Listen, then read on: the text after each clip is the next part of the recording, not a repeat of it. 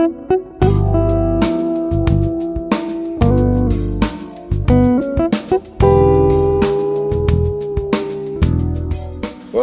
hi, I'm Chappie, and I'm a fishing misguide.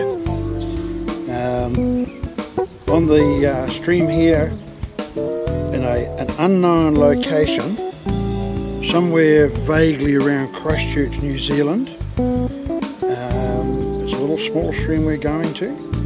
We've got some brown trout here, which we're going to put John up against in a little while. In New Zealand here we generally fish with close to 14 feet of leader, and that's because of the clarity of the water and the spookiness of the trout. The cameraman wanted to put on a red hat. I mean, bugger, we can't catch fish with a red hat in New Zealand. Come on, these are proper trout. Now, can you see him up there? Let's go for him. I can see him as clear as anything now.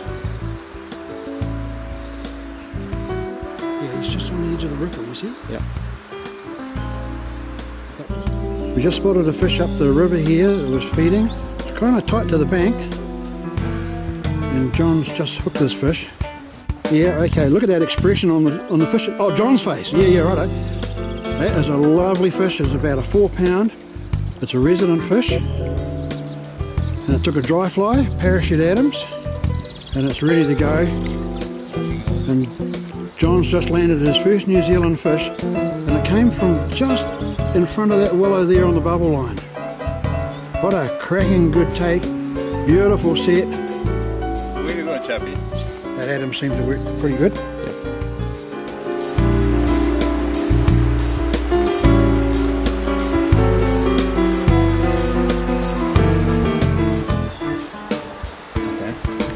This is the fly.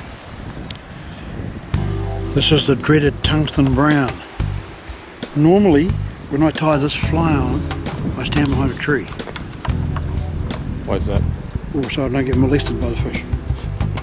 But there it is, look at that. Isn't that a thing of beauty? There's a fish off a rock on the edge of the current. And what we're going to need to do is make a reason. We're going to sort of need to stand out over here so you don't get dragged, so it doesn't sweep around like that. Right.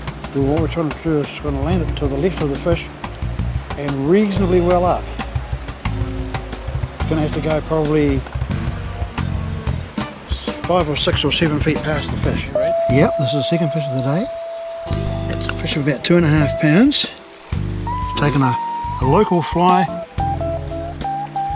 called a parachute Dad's favourite, which is kind of a little bit like a parachute Adams. But this fish refused the parachute Adams.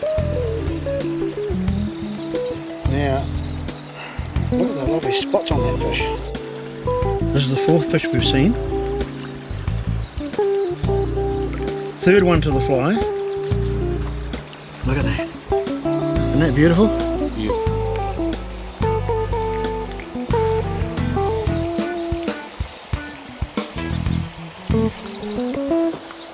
Congratulations.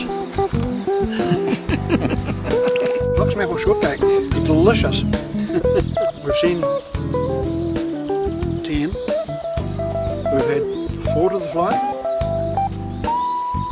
Landed 2. Could have had another couple if he'd just been a little different on the stripe, maybe. Those 2 were big fish, of course. They had to be huge. They were huge. They were bigger than Texas. Oh, yeah. We're going this way after lunch.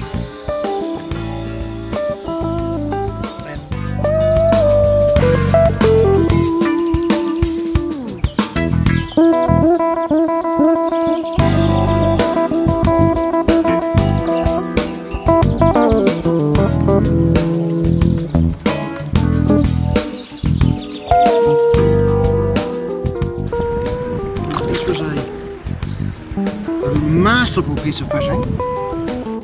We both saw the indicator stop, and when you went to remove it off the snag, it fought back.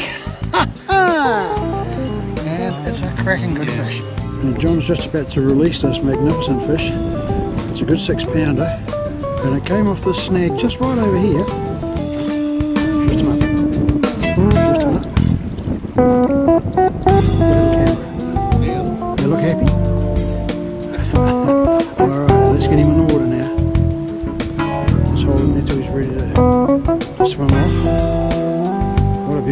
course that is. Anyway.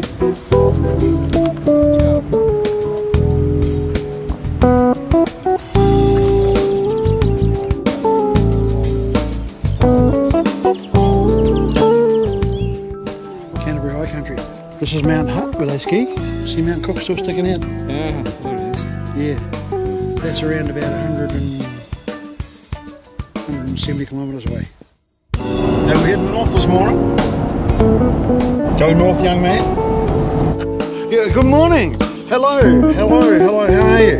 Very well. Yeah, okay, so well, look, we're here. I'm not quite sure where here is, but it's kind of somewhere north of Christchurch. And I threatened to bring you here, so here you go.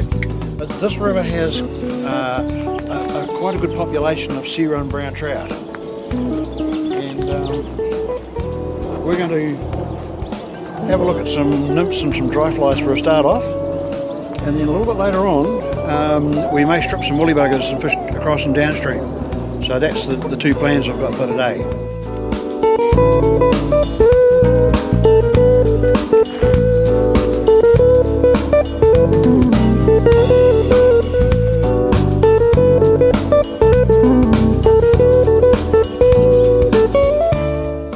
This is an Ashley fish. Now, John, I'm not sure where the fly is in the net. Okay. But I'm going to get you to release this fish. So what do you reckon? He's around about 7.5, that fish. Well, here we are. Look at this. This is a fantastic fish. It's about 7.5 pounds. It's bright silver sea-run brown. Not a sea trout. We don't have sea trout here in New Zealand. And we hooked this just about opposite where we're standing on the other side, and we had to do a river crossing. There you go. What a hog! What a hog! Man, that is a fish and a half. Beautiful fish. Look at the pearly whites again. Yeah. Now he's... John's smiling. Actually, he's giggling a bit, but that's okay. Oh my goodness! What a hog! Okay, we're going to just let him go. Just there you go.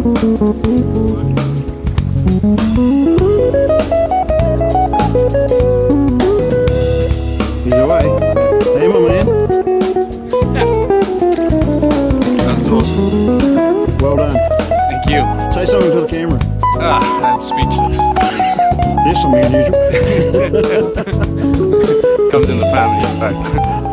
Lights, camera. Well, we've got a backwater off the main stream here, and it's actually got a little bit of a flow going through it. And if I was a trout, this would be the piece of real estate that I'd be looking at to live in, because it's got cover, it's got depth. There's damsel and dragonflies, there's caddises, there's probably a few mayflies, there's aquatic snails, not to mention terrestrials. As yet I haven't seen a fish, but hey, if this was a vacant piece of real estate and I was a trout, this would be me right here. And the fishing here is kind of most interesting because technically it's the hardest fishing there is. Water's so clear. Oh no, I think it's a cat's paw of wind just going up over there. You've got to ambush these fish, you don't cast at them. You cast something like a very small dry fly, and I've got exactly the right pattern. Here, all we've got to do is find a fish, and they find your fly. And very slow take, very convincing, usually a good battle, and when you release the fish, they always kind of look so surprised that you fooled them. You say, "You did that to me? Oh my God, what did you do?" But however, it's always good fun.